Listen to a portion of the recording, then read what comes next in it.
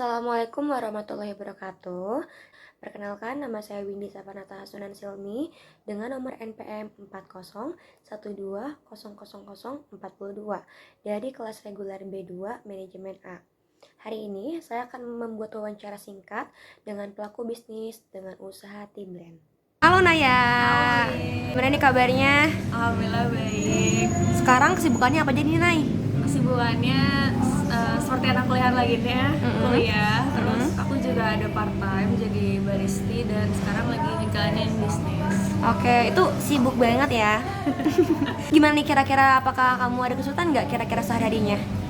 Kesulitannya sebenarnya di manajemen emosi ya. Oke. Karena suka ngerasa burnout gitu. Pastinya sih. Aku pengen tahu nih nama bisnisnya tuh apa sih? Bisnis aku nama brandnya Charity. Charitea. Ada arti khusus nggak sih dari Charity tuh? Sebenarnya nggak ada sih. Sebenarnya itu tuh brand teh buat anak muda yang sedang mencari jati diri, makanya dia cari gitu. Aku pengen tahu lebih dalam sih tentang Naya tuh kayak gimana sih sehari-harinya? Seperti aku udah bilang tadi, aku kuliah, kerja part time dan juga bisnis. Nah mostly waktu aku dihabisin buat lebih ke bisnis ya, karena aku pun kuliah sebenarnya kuliah jurusan creative planner. Nah di situ tuh emang kita difokusin untuk bisnis. Nah kebetulan juga di semester ini kuliahnya memang cuma masuk seminggu sekali. Nah itu untuk ngelaporin progres bisnis itu udah gimana. Jadi mostly emang hari-hari aku dilakuin buat ngejalanin operasional bisnis gitu. Oke, dan Charity itu tentang apa sih? Charity itu sebenarnya kita brand teh asal Bandung. Itu jual produknya produk tea blend kayak artisanti gitu buat anak muda. Nah, kenapa sih Naya memutuskan untuk membuat bisnis ini? Sebenarnya aku pernah nyoba-nyoba bisnis yang lain kayak gitu, cuman kayak ngerasa mungkin bukan passionnya banget gitu.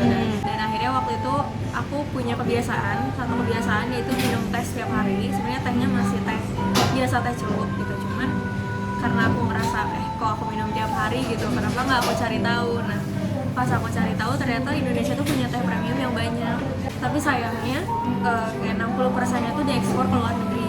Sedangkan orang-orang Indonesia itu sendiri yang justru menanam dan memanennya tuh minumnya tuh grade rendah. Jadi dari situ aku berempati gitu, kenapa ada krisis hilirisasi di sini. Jadi aku pengen gimana caranya bikin si teh premium Indonesia ini bisa dinikmati oleh orang Indonesia itu sendiri gitu. Nah, tuh ngebuat bisnis itu kayak biar seluruh warga Indonesia pun, dan maksudnya dari yang menengah ke bawah maupun menengah ke atas tuh bisa ngerasain tea yang sama gitu.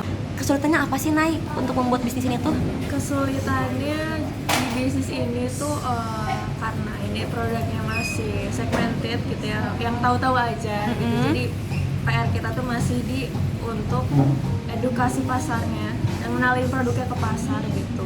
Oke, nah part yang paling disukai nih pada saat Naya tuh buat bisnis ini dan menjalankannya tuh apa sih? Part paling disukai R&D produk. Itu karena di situ kita ngulik, dan sebenarnya marketingnya pun seru karena kita tuh jadi ngelakuin marketingnya untuk sekarang kayak masih coba edukasi pasar dengan bikin workshop gitu. Jadi kita sekalian sharing sama orang, itu sih yang bikin kayak asik kayak gitu. Dan gimana caranya tuh Naya tuh menentukan produk dari teh yang akan dijual di Charity itu kayak gimana sih?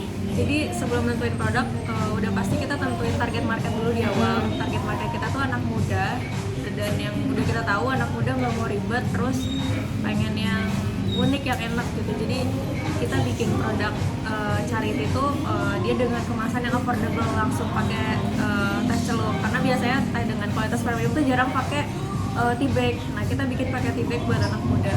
Dan rasanya pun kita bikin bervariatif gitu, nggak ada di brand lain. Tantangannya apa sih dalam menjalani bisnis ini nih?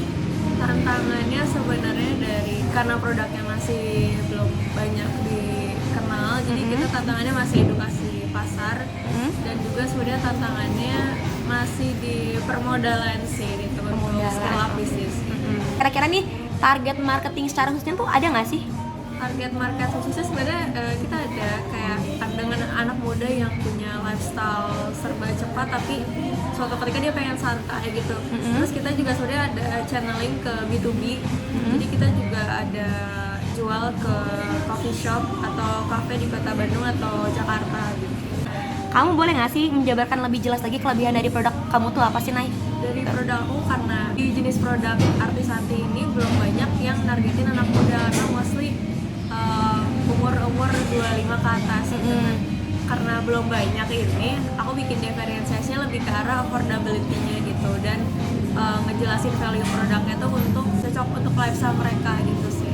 Tadi kan sempat mention juga nih ya, untuk promosi itu B2B juga ya. Iya. Selain dari itu ada lagi nggak sih cara kamu promosi untuk charity ini? Cara promosi sih kita masih ke B2C dan B2B, dan kalau yang untuk B2C kita masih online dan ikut event kayak bazar atau kemarin sempat exhibition juga. Dan kalau ke B2C kita masih kayak datangin kafenya satu-satu gitu sih.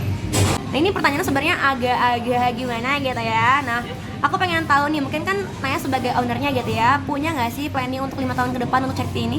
Planning 5 tahun ke depan sebenarnya ada, pasti kita pengen ke arah yang lebih besar ya. Jadi Pasti. mungkin kalau di tahun depan kita mau coba produk development sama diversifikasi produk. Terus di tahun kedua mungkin kita akan nambahin mitra untuk B2B-nya. Di tahun ketiga mungkin kita bakal coba funding, dan mungkin tahun keempat kita udah punya tempat, dan di tahun kelima mungkin kita pengen ngerencanain buat gimana bisnisnya sustain gitu. Amin ya, semoga Amin, tercapai. Dan ini pertanyaan bonus dari aku. Boleh. Oke ya. Naya tuh sibuk banget ya, Kak, sibuk abis parah ya gitu ya. Gimana sih caranya Naya tuh untuk manage waktunya antara kuliah dan juga kegiatan lainnya dan juga bisnis ini? Manage waktu sebenarnya aku tuh tipe orang yang kebetulan suka nge-planning. Jadi aku kayak seminggu sebelumnya tuh udah nulis aku nggak bakal ngapain aja, didetailin di jam-jam berapa, dan kalau misalnya memang udah waktunya beres ya udah di-cut gitu, langsung ganti. Ya gitu, tulis bikin ada targetnya gitu, dan ngapain aja, jadi terukur gitu. Oke.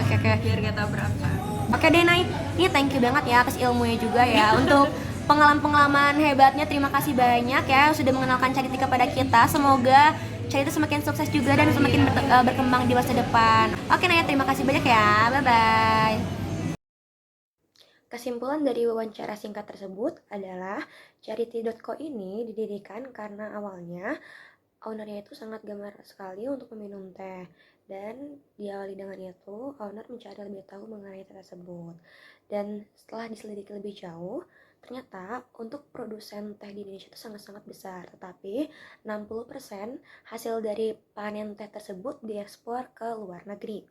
Sedangkan warga yang memanen atau menanam dari teh tersebut meminum teh dengan grade yang rendah. Maka dari itu, dengan adanya krisis hilirisasi di Indonesia mengenai teh ini, membuat Charity agar semua warga Indonesia itu bisa meminum teh dengan grade yang sama dan lebih efisien juga. Nah, untuk target marketnya itu adalah anak muda yang suka dengan hal-hal yang unik dan juga efisien. Makanya, tea blend ini dibuat dengan kemasan tea bag. Untuk cara promosi dari Charity ini menggunakan B2B dan juga B2C. Untuk B2B-nya, Charity ini mengikuti berbagai macam event, bazar, dan juga exhibition. Dan untuk B2C-nya, Charity ini melakukan promosi dengan cara tradisional, yaitu dengan cara melakukan kunjungan ke berbagai coffee shop di Jakarta maupun di Bandung. Lalu, untuk kesulitan dalam menjalani dan juga membangun dari bisnis Charity ini adalah karena produknya masih segmented dan banyak orang yang masih awam terhadap produk teh.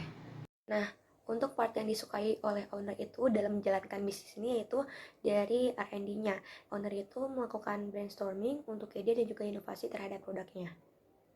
Lalu, planning 5 tahun ke depan dari Charity ini adalah di tahun pertama itu, Charity akan mengembangkan produk dan juga melakukan diversifikasi produk. Di tahun kedua, Charity akan mencari mitra yang lebih besar dan lebih luas untuk B2B-nya. Lalu, di tahun ketiga, dia akan melakukan funding. Di tahun keempat, Charity akan mencoba untuk membuka outlet. Dan pada tahun kelima, Charity akan terus berkembang dan lebih maju untuk sustain dan juga survive di dunia bisnis tea blend ini. Sekian dari wawancara kita hari ini. Mohon maaf bila ada salah dan terima kasih banyak untuk menonton video ini. Bye bye semuanya.